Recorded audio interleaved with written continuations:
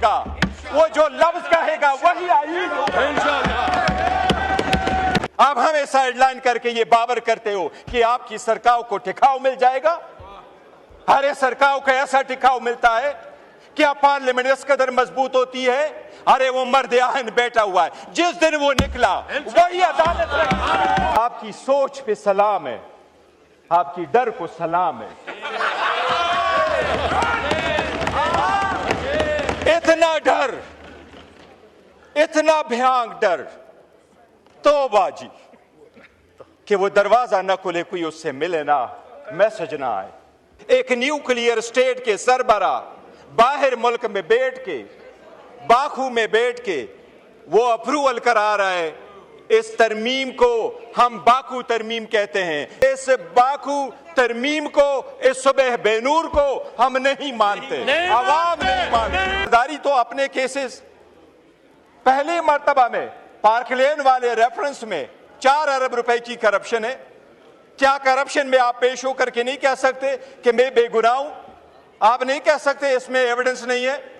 क्या आप ये सिर्फ ले रहे हैं कानून का सामना कि मेरे पास जो मर्जियों में करूं, मैं कानून से बाला तरूं? हम कोशिश करेंगे, हम इनको कानून के कटघरे में लाएंगे और इंशाल्लाह होके रहेगा।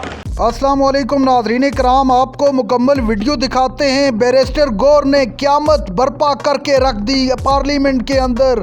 तहरीक इंसाफ ने 27वीं तरमीम के बाद बड़ा ऐलान कर दिया, हुकूमत की बुनियादें हिला कर रख दी। क्या तहरीक इंसाफ अब पूरे पार्लियामेंट से इस्तीफ़े देगी? इज्तिमाई इस्तीफ़ों का ऐलान किया जाएगा, ये खबर सामने आई है। और दूसरी तरफ इमरान खान से मुलाकात के बाद बड़ा ऐलान सामने आया। आप वीडियो देखिए, फिर इस पर डिटेल में बात करते हैं। अरे क्या खाम ख्याली में रहते हो?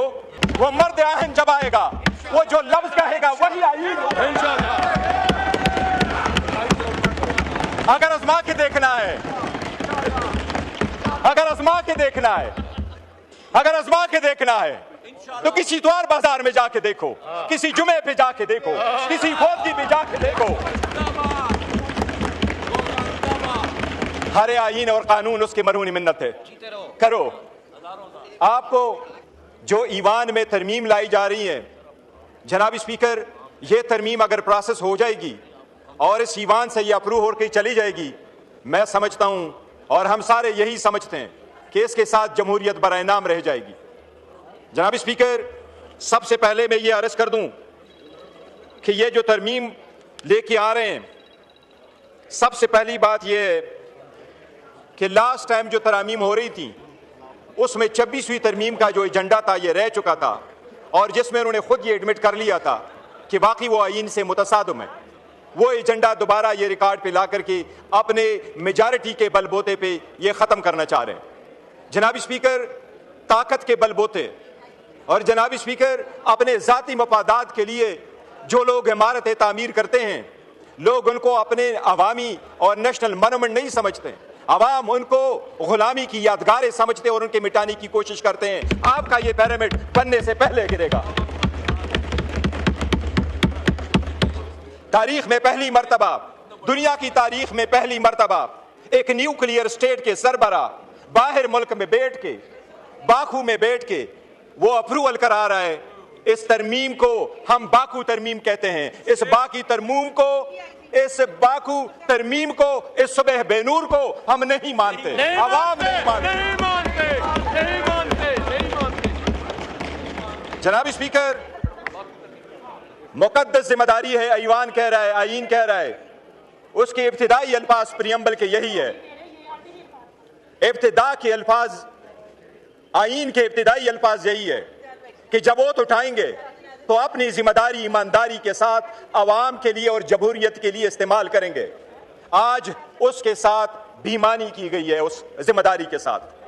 जनाब स्पीकर, सबसे पहली बात तो यह है कि यह हुकूमत जब आई, PDM 2, PDM 1 की हुकूमत जिस वक्त आई तो अप्रैल में यह हुकूमत आई और मई में सबसे पहले उन्होंने तरामीम कर ली नेशनल अकाउंटेबिलिटी ऑर्डिनेंस में, और 50 करोड़ से कम केसेस को कंसिडर किया कि ये करप्शन के केसेस नहीं होंगे, और अपने सारे केसेस खत्म करा के ये साइड पे हो गए। और अब जाते जाते अपने आप को इम्यूनिटी देने जा रहे हैं कि हम जाएंगे तो इम्यूनिटी जाएंगे, हम कानून से बाला तर हैं कि हमारा एहतसाब नहीं होगा। दुनिया में जमहूरी मुमालिक में आवाम के सामने, कानून के सामने जवाबदेह होना ही जमहूरियत है। कानून के सामने जवाबदेह होने ही कानून की बालादस्ती है। क्या सहाबा और खुलफाए राशिदीन पेश नहीं हुआ करते थे? क्या जमहूरियत में आपने नहीं देखा उस जमहूरियत को सलाम जिसमें प्रिंस एंड्रियो को क्वीन एलिजाबेथ जब जिंदा थी तो उसने उसको कहा, न्यूयॉर्क में आपके खिलाफ एक लड़की ने सिविल सूट फाइल किया है, लेकिन मेरा बेटा प्रिंस की हैसियत से उसको डिपेंड नहीं करेगा, मैं अपने बेटे से टाइटल ले लेती हूं और वो रॉयल की हैसियत से वहां नहीं जाएगा। और किंग चार्ल्स ने न सिर्फ उससे बाकी टाइटल लिए बल्कि उसको कहा आज के बाद आप रॉयल लाज में रहोगे भी नहीं। इसको कहते जमहूरियत, इसको कहते कानून की बालादस्ती। जनाब स्पीकर, क्या डोनाल्ड ट्रंप अभी कन्विक्ट नहीं हुआ? क्या उसके पास इम्यूनिटी थी? क्या सरकोजी फ्रांस का सदर कन्विक्ट नहीं हुआ? कल उसको बेल मिली है 3 हफ्ते के बाद। क्या जैक शिराक फ्रांस का सदर था, वो कन्विक्ट नहीं हुआ? क्या यहूद इजराइल वाला सदर वो कन्विक्ट नहीं हुआ? आप लोगों ने नहीं देखा दुनिया के किस सदर के पास इम्यूनिटी होती है? आप बहके ये कौन सी बात है जो लॉ मिनिस्टर साहब आवाम को बावर कराना चाहते हैं कि सदर अगर चला जाए तो उसके पास समन नहीं जाना चाहिए? बताएं, आपके 15 सदर गुजर गए, कौन सा सदर है जिसके पास समन जा चुका है? जरदारी तो अपने केसेस पहले मर्तबा में पार्कलेन वाले रेफरेंस में 4 अरब रुपए की करप्शन है। क्या करप्शन में आप पेश होकर के नहीं कह सकते कि मैं बेगुनाह हूं? आप नहीं कह सकते इसमें एविडेंस नहीं है? क्या आप ये सिर्फ ले रहे हैं कानून का सामना कि मेरे पास जो मर्जियों में करूं, मैं कानून से बाल आता रहूं? जनाब स्पीकर, एक चीज मैं जरूर याद कराऊं, आपको अदलिया से जरूर एक शिकायत होगी, लेकिन किंग जेम्स के खिलाफ एक मर्तबा 1670 की सुप्रीम कोर्ट ने बाजवा के एक्सटेंशन के केस में बरतानिया के 1670 के केस का फैसला करते हुए उसका हवाला देते हुए यह कहा था कि वहां पर चीफ जस्टिस ने अपने किंग को कहा था और 1616 में वो बिल्कुल इम्यून थे। उसने ये अल्फाज इस्तेमाल किए थे, no matter how high you may be the law is above you. हम कोशिश करेंगे, हम इनको कानून के कटहरे में लाएंगे और इंशाल्लाह होके रहेगा। अरे क्या खाम ख्याली में रहते हो? पहले आपके सामने हुआ नहीं था? कानून के तबादले करके आईन के तबादले करोगे, आप क्या कहोगे? अगर में आराम से बैठोगे, आप हमें साइडलाइन करके ये बावर करते हो कि आपकी सरकार को टिकाव मिल जाएगा। अरे सरकार को ऐसा टिकाव मिलता है।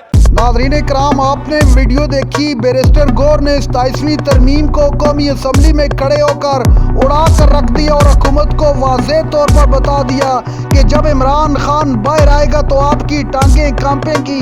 फिर जो इमरान खान कहेगा वही आइन होगा, वही इस कौम को काबिल कबूल होगा। उसके अलावा कौम आपकी आइनी तरमीम को किसी सूरत कबूल नहीं करेगी।